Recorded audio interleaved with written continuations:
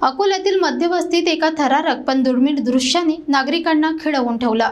केशवनगर परिसरात 2 धामण सापांचा प्रणय दृश्य थेट रस्त्यावर पाहायला मिळालं। सर्पमित्र बाळ काळणे यांनी वेळेवर हस्तक्षेप करून दोघांनाही सुरक्षित जंगलात सोडले।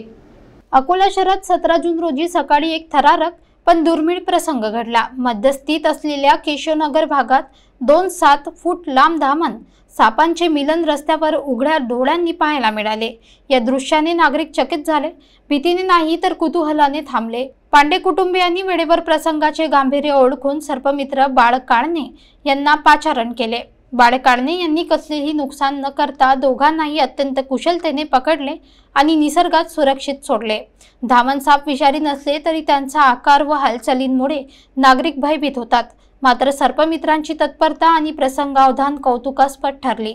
याच आठवड्यात बाळ काळणे यांनी कौलखेडमध्येही अशीच सापांची जोडी वाचवली होती। त्यांच्या सर्पसेवेत आजपर्यंत 40 पेक्षा अधिक जोड्या त्यांनी सुरक्षित केल्या आहेत। या सापांच्या मिलन प्रसंगाबाबत ग्रामीण भागात एक पारंपरिक श्रद्धा आहे। या अवस्थेत सापांवर कपडा टाकल्यास त्याच कपड्यामुळे शेतात भरघोस पीक येतं। विज्ञानाशी फारकत असली तरी या श्रद्धा लोकांमध्ये आजही आहे।